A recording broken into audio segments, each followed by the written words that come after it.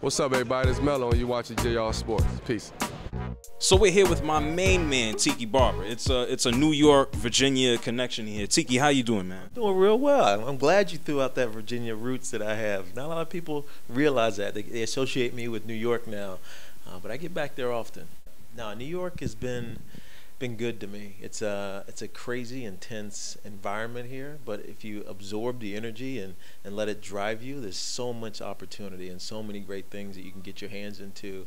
And take it and run with it, kind of like I did when I was a football player. You take that opportunity and you run with it. We're going to talk about some of those other opportunities that you got.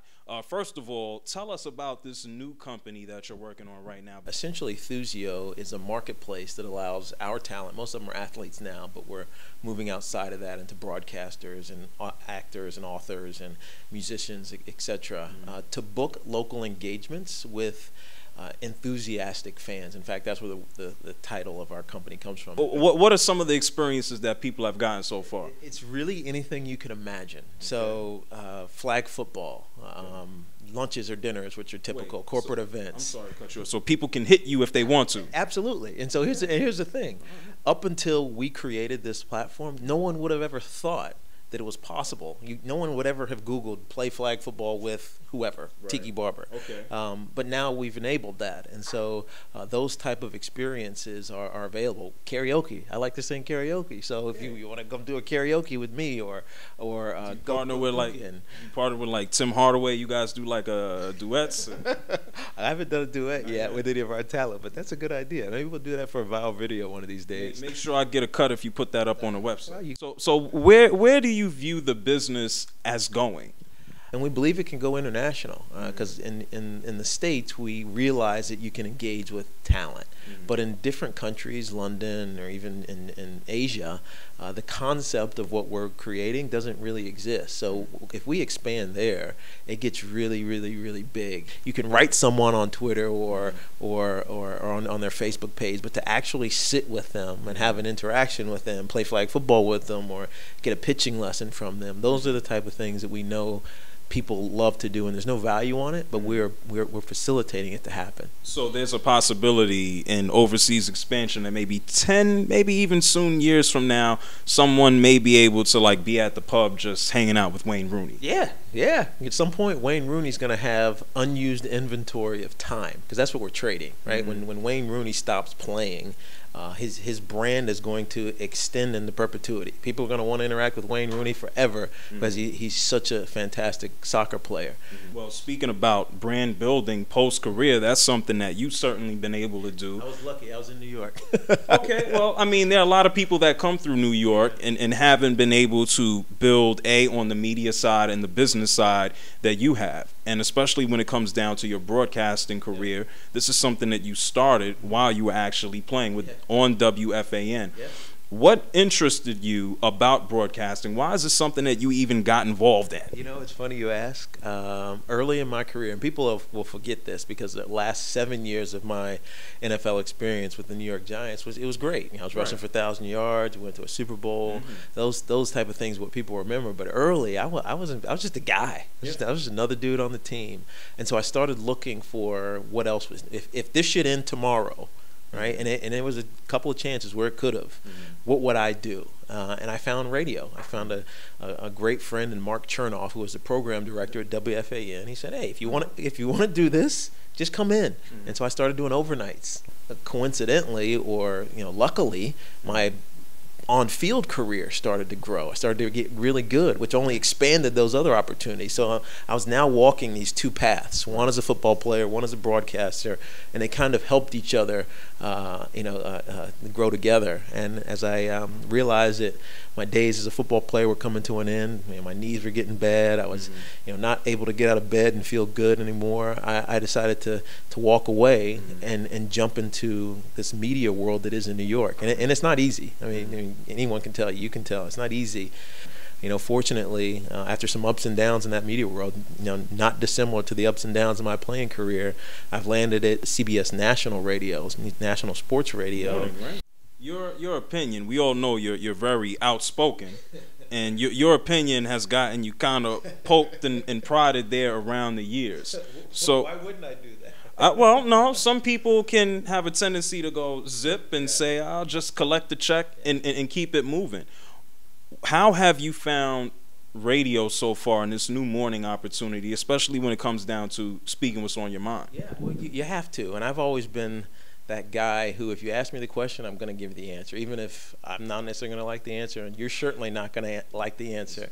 A few people that would agree with that, absolutely. But that's what I feel like I'm paid to do.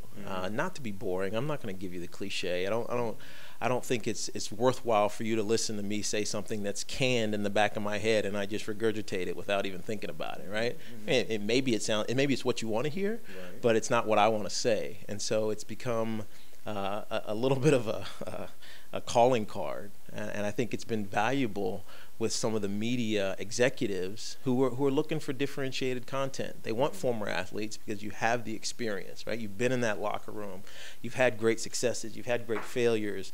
And most of the, for lack of a better word, I'm going to call them lay people who have not played that sport don't know what it's really like. Okay. So to be able to give it in a descriptive way it's valuable. And I think I've found a niche. Some other guys have found a niche. Michael Strahan's doing it in a completely different way. You and Michael are cool, right?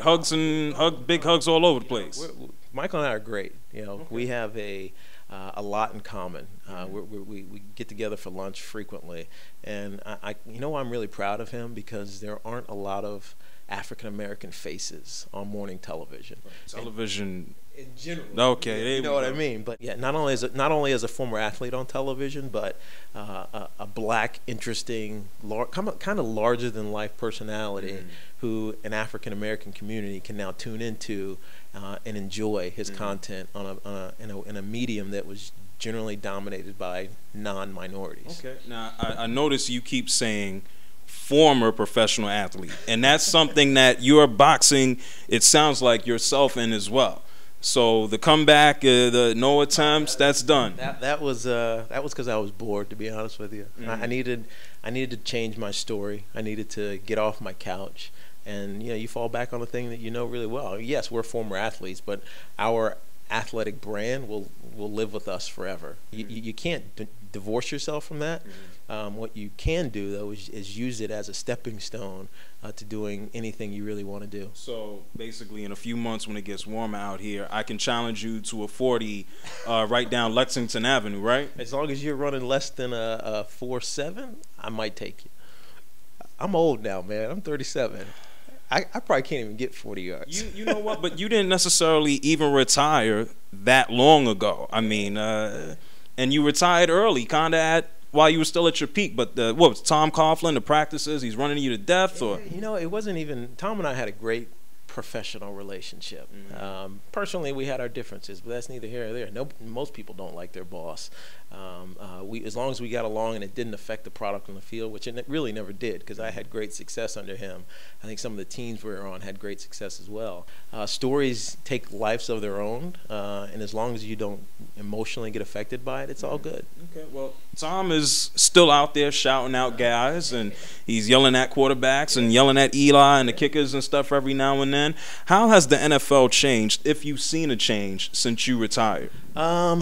Awareness about some of the injuries that are prevalent amongst retired guys, and I think the NFL is getting smart because they know they have an existential problem. If there are continued class action suits, because there's a class action suit sitting in front of the NFL because of concussion issues. There's an individual suit by Junior Seau's family. If they realize that in 5 or 10 years you start saying 10% or even 5% of former NFL players are dying unnaturally, then you can't play the game anymore. And so they're doing all that they can to change the mechanics of the game, protect players, which is really a protection of each team's investment, so that this sport can be enjoyed in the way that it should be enjoyed. It's the most popular sport for a reason. There's a gladiatorial, ancient Rome feel about being in that arena and seeing these guys smash against each other, and I think it's something you got to protect. A lot of people are starting to talk about, I won't let my kids play. I don't